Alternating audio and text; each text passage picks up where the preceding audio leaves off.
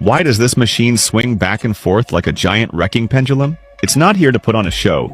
It's actually testing how tough a piece of metal really is. This is one of the most classic tests in the industrial world, the Charpy impact test. To run it, you first shape the metal into a small standardized bar, then cut a precise V-notch right in the middle. That notch forces all the impact energy to hit one exact point. Next, the machine lifts a heavy hammer arm up to a set height. Once it's released, gravity takes over.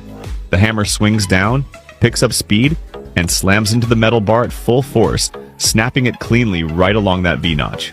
By comparing how high the hammer starts to how high it swings back afterward, engineers can calculate exactly how much energy the metal absorbed. The more energy it soaks up, the tougher and more impact resistant it is. And don't underestimate this single hit.